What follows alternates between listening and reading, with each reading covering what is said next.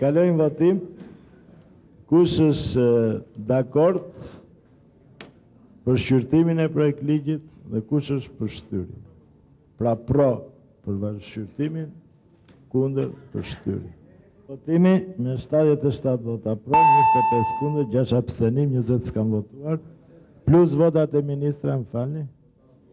Po ishin të mjaftueshme, s'kan. Është votimi i thjeshtë. Fjalën e ka ministri për të bërë një parashtrim të projekt ligjit. Do të më lejoni që në këtë fjalë t'i drejtohem fillimisht deputetëve të Partisë Demokratike, të cilëve është vendi për t'u bërë sot disa rikujtesa në shifra dhe fakte, përderisa kanë marrë rolin e avokatit kulturës kombëtare, duke dalë kundër reformës dhe duke u përpjekur ta mbajnë pek gjithë procesin reformues në Shqipëri, jo vetëm për teatrin.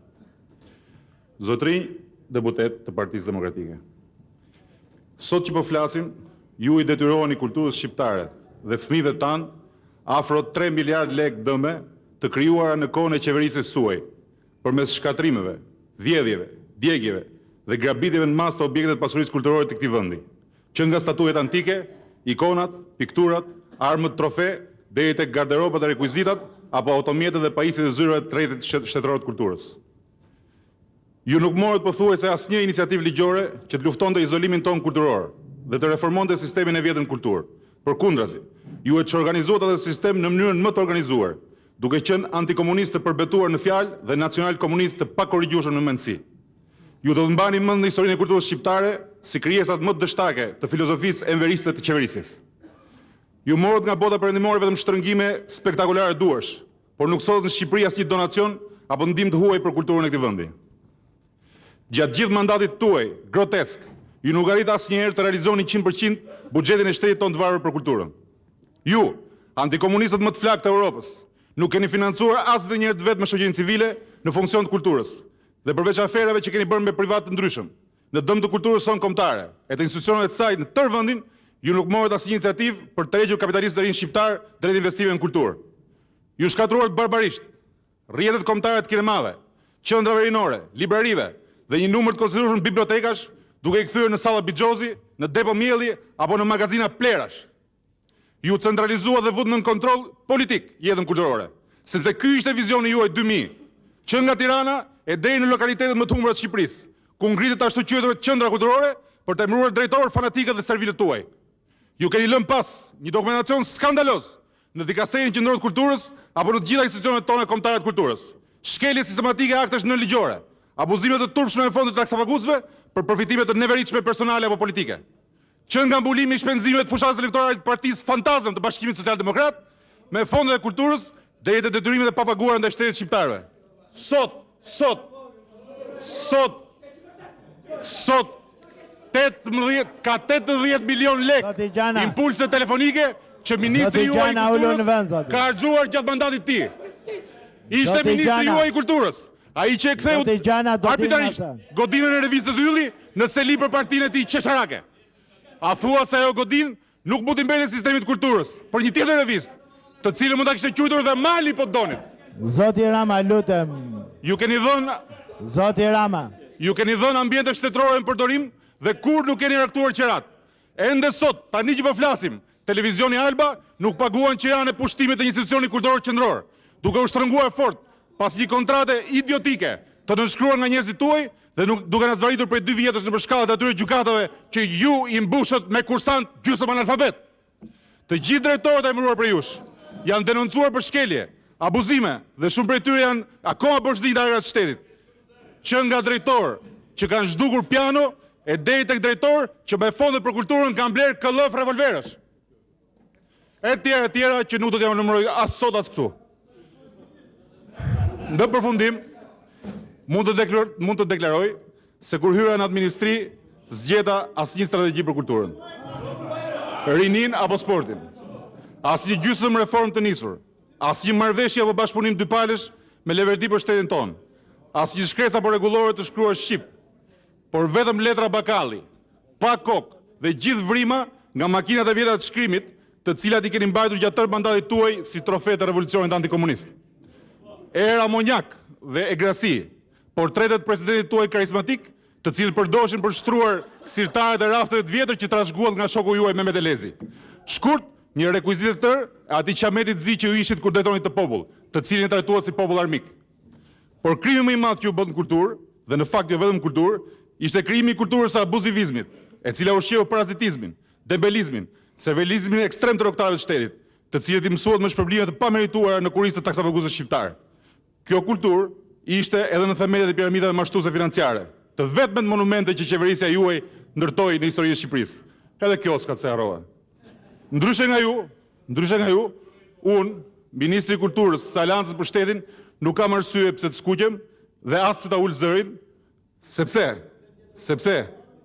përpara qytetarëve të vendi, përpara botës kulturore shqiptare dhe përpara pasardhësit tim, i cili jeni të sigurt se me këto mend që keni ju dhe me doktorin që ju akuron, nuk do të jetë demokrat as në 2001-shin as në 2005-ën, ta keni të sigurt. Koha e drejtimit tim nuk është vetëm koha e Ministrisë të Lirë me të kuqe, siç nuk harroni asnjëherë ta stigmatizoni ju. Mbarësit e vetëm të mendësisë veriste në politikën shqiptare, që kujtoni se keni shpikur ngjyrën blu dhe se keni të drejtë të përjashtoni jo vetëm njerëzit, por edhe ngjyrën e kuqe ka partia. Në Ministrinë e Kulturës është krijuar dhe funksionon sot një drejtori trashëgimisë kulturore të këtij kombi, për cilin ju keni bërë shumë fjalime atletare, por asnjë gram punë të mirë. Përkundrazi vetëm punë të mbrapshta, që kush e di sa kohë do na duhet t'i riparojmë. Në Ministrinë e Kulturës është krijuar dhe funksionon sot një drejtori e politikat të librit, për të cilin ju s'pat asnjë lloj politike kombëtare, po të mos llogarizin faktin se bëhet ministër kulture një shkrimtar mediokër të realizmit socialist. Në Ministrinë e Kulturës është krijuar dhe funksionon sot një drejtori e projekteve artistike, në shërbim të gjitha forcave krijuese të këtij kombi, pa dallim bindjesh politike apo estetike. Kurse ato pak projekte artistike që ju realizuat gjatë mandatit tuaj, mbajnë mvullën e propagandës Partisë Demokratike. Tirana ka sot pas 10 vjetësh një kinema të standardet më të lartë argëtimish kulturore apo sportit. Ne çelëm në një nga ato pak hapësira të qendrës kryeqytetit ku kishte hyrë murtaja e kioskave, librarinë e parë me standarde europiane. Bashkëpunuam me sektorin privat, që komuniteti teatror shqiptar fitoi një sallë të standardeve evropiane. Pavarësisht se ju, të djathët qesharak të këtij vendi, këtë lloj bashkëpunimi e quani korrupsion në kurisë kulturës kombëtare. Në Muzeun Kombëtar, ku ju harxhuat qimet e kokës për të krijuar një pavion antihistorik dhe antiestetik të propagandës antikomuniste, ne ristrukturuam dhe ngritëm pavionin e ikonave shqiptare, të cilat në kohën tuaj dërgjeshin pa inventar bodrumeve dhe vidheshin për të shitur jashtë dheut që thoni që e doni kaq shumë. Në Galerinë Kombëtare të Arteve, ku ju për vite me radhë nuk bët dot asnjë ekspozitë ndërkombëtare dhe asnjë paraqitje të kujtesës figurative të kombi, ne i kemi bërë tashmë të dyja, sepse Evropën ne e duam këtu në Shqipëri, konkrete dhe të prekshme.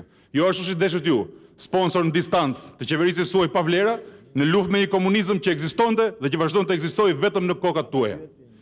Ne sistemuam Institutin e Monumenteve të Kulturës në një rezidencë të dej për këtë institucion kombëtar që mbron objektet e historisë sonë në shekuj dhe nuk e lam më në derën e pronarëve të ligjshëm të godinës, të cilët ju të djathtë dhe përbetuar i latë me vite rrugëve e gjyqeve. Zoti ministër, përqendroni te projekti. Në vitin 1999 ne ja gorduam trashëgimisë kulturore të tërësi rreth 700 milion lekë. Shumë kjo që për herë të parë përbën gati 70% të buxhetit total të investimeve të shtetit shqiptar për kulturën, çka është 50% më shumë se e krahasuar me të njëjtën periudhë një vit më parë dhe e pakrahasueshme me kohën kur ju ishit në pushtet. Dhe kur e futët këtë trashëgimi në një krizë që pas tragjedisë së vitit 1967 është më e rënda në historinë e këtij shteti. Ne siguruam themelimin e fondacionit pakartë në Shqipëri me një buxhet $2 milion në vit, përgërmime arkeologjike, ndërhyrje të super specializuara shpëtimi, restaurime dhe specializime për studentë të Universitetit të Tiranës në këto fusha. Kemi siguruar gjithashtu dhe shumën prej 2.8 miliardë lirash, ndihmë nga qeveria italiane për vitin vazhdim, të gjitha për kulturën kombëtare, ashtu sikur se siguruam financim nga donatorët huaj për 32 projekte rehabilitimi nga dëmet e shkaktuara për krizën kosovare, me një vlerë totale prej $1.525.854. Ndërhyrjet, ndihmat, financimet e huaja dhe fondet donatorëve për vitin 99 në të mirë të kulturës shqiptare kapin në total rreth $4 milion. Pra 4 fishin e sumës buxhetit shtetit për ndërhyrje dhe investime në sistemin e kulturës dhe sportit. Por herë të parë janë akorduar në formë financimi për projekte ose pjesëmarrje në aktivitete kombëtare dhe ndërkombëtare, individëve ose strukturave artistike jo qeveritare, një shumë rreth $70 milion. Në vitin e tretë të qeverisë së koalicionit Aleanca për Shtetin, pra më 1999, Ministria e Kulturës e ka shtuar në krahasim me vitet 96 dhe 97 aktivitetit dhe numrin e projekteve në favor të publikut rreth 2 herë gjysmë më shumë. Domethënë, të nderuar deputet të opozitës, nuk është faji as i qeverisë, as i Ministrisë së Kulturës që jeta juaj kulturore fillon e mbaron te maratona teatrale që ju jep pa bilet, sa në shesin Skënderbeje, sa në përshirjet e qyteteve, ai krye rapsodi i Partisë Demokratike. Kaq kisha për ju.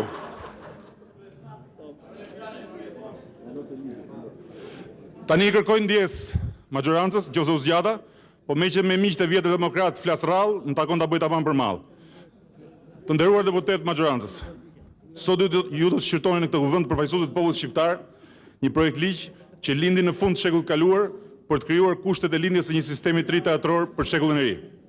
Debatet, polemikat, e bile edhe konfliktet, që me ndihmën e disa politikanëve të papërgjegjshëm, ky projekt ligj ngjalli në gjirin e Komitetit Teatror Shqiptar, bën në fundit që të krijohet një atmosferë e përgjithshme ndërgjegjësimi, lidhur me domosdoshmërinë e reformimit rrënjësor të sistemit të vjetër e të paralizuar të jetës tonë teatrore.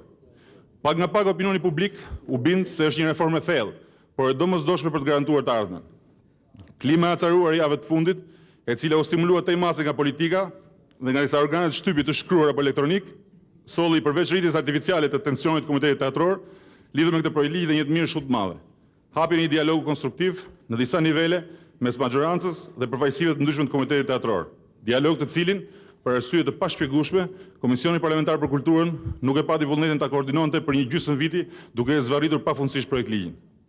Ky dialog solli kontribute të reja, të cilët e përsosën draftin e projekt ligjit, pa cënuar thelbin konceptual të reformës.